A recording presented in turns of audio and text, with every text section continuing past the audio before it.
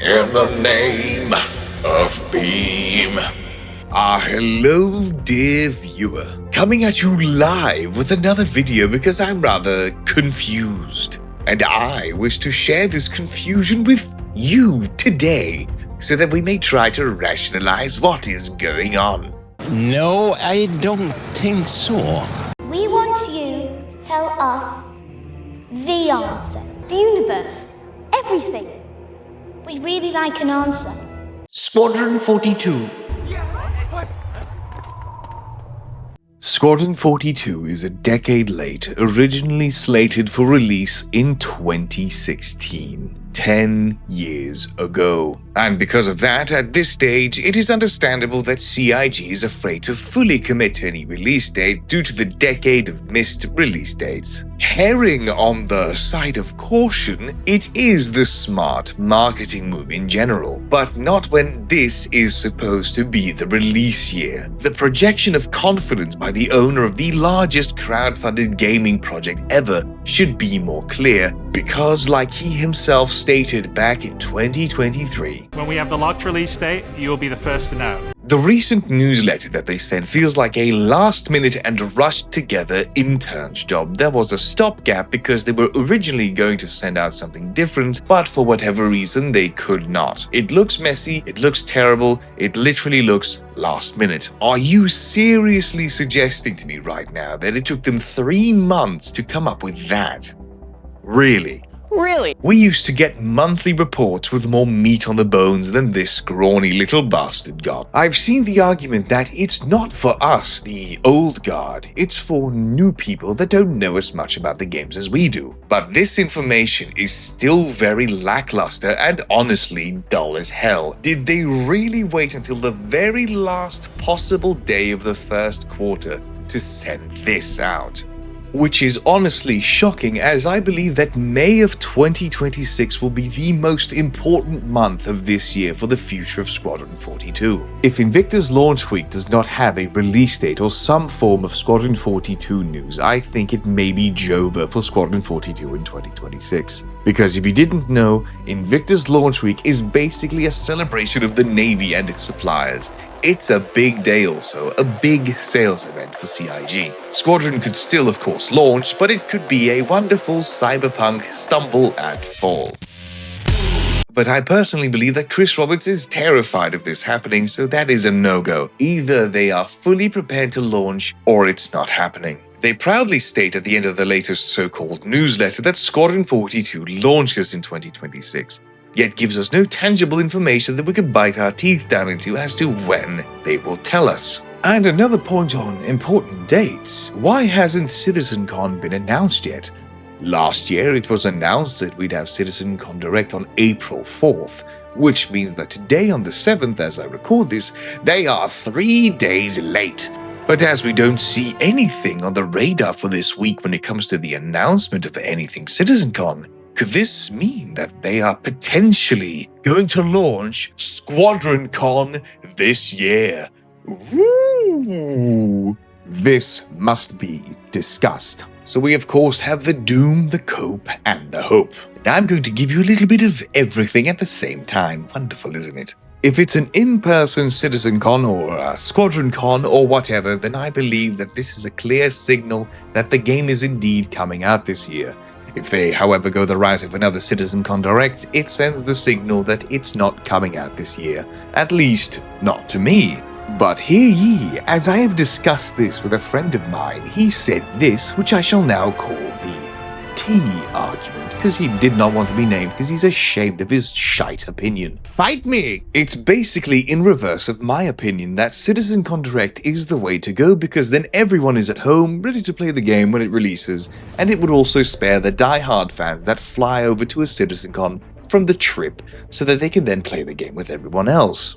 But my friend's argument is lacking, yes. For he does not know the mind of the Roberts as I do. Dear viewer, I am a Chrisologist. I know these things. Chris Roberts has spent over a decade, if not more, receiving shite from the general public, the community, and me right now as we speak. And I believe that if Squadron 42 is indeed finished, he'd want a big live event like we saw in 2023. Or I suppose also 2024, but mostly 2023 due to a little reason here.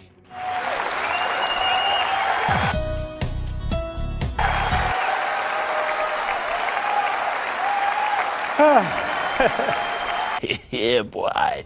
After all these years of abuse, he wants the recognition and adoration of the masses that he has so long been denied. He wants to stand there on stage alongside Mark Hamill, Gary Oldman, Henry Cavill, and all those other big names and drink in the applause. He wants the press there, especially from those that have derided him. This is not about us, the players, because that would be kind and smart. No, this is for Chris Roberts. It's not about you, it's about me. So when are we going to be getting this riveting Citizencon announcement, pray tell? Well, if we're looking at last year as an example, it just might be this week on Friday. The Citizencon Direct announcement did not come with any warning, and it was simply dropped off on a Friday by Xylo. So potentially it could come at any point this week, but I'd put an emphasis on Friday. Oh no! Oh no!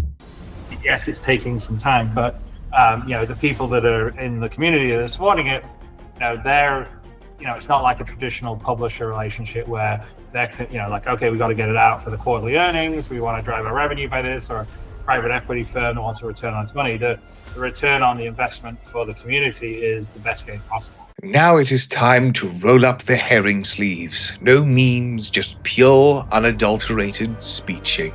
It troubles me that he thinks of us this way, that the money is rolling in and apparently never-ending and guaranteed. Just because you don't like publishers doesn't mean that having a publisher is a bad thing. Is Chris Roberts a publisher-phobe? Yes. Yes, he is. He has taken the freedom given to him by crowdfunding and quite honestly squandered it by lack of transparency and accountability. There is nobody except us to hold him accountable for missed deadlines.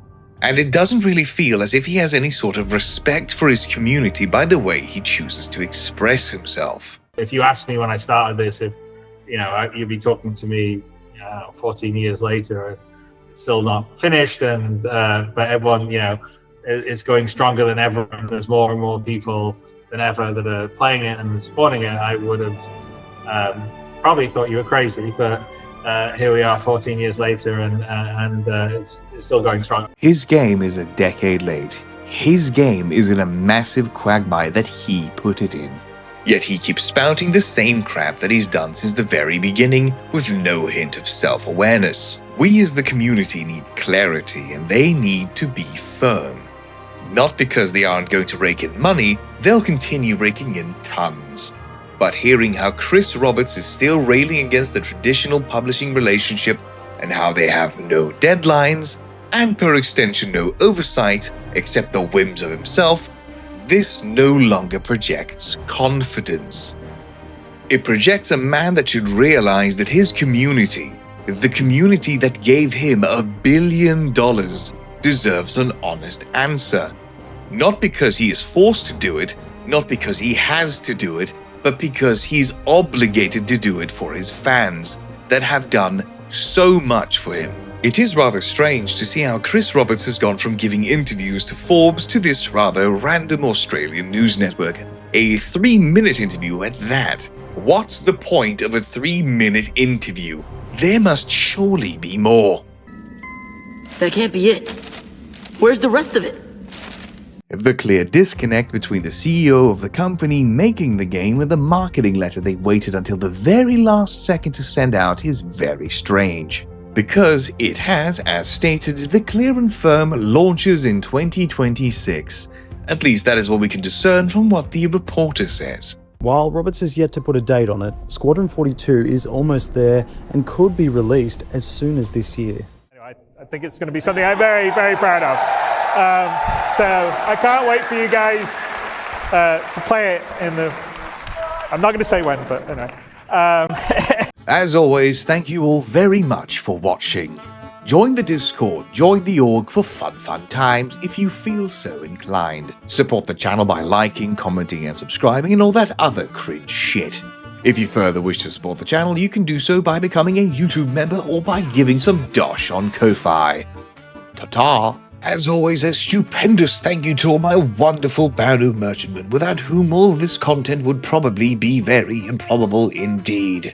A marvelous and special thanks to my apex fishies of Raptor Jesus, Half-Breed, and Magic. A suspicious thank you to my wonderful Sue-Strummings of Combat Creations, the Duck, Big Kronk, and Davidri. My wonderful exquisite people of the fantastic class of the Deathbringer 666, Iphaniora, and Ignore Me. And a wonderful thank you to my enthusiasts of Longyawn, Bloodix, and Monk. Thank you all very much for the money.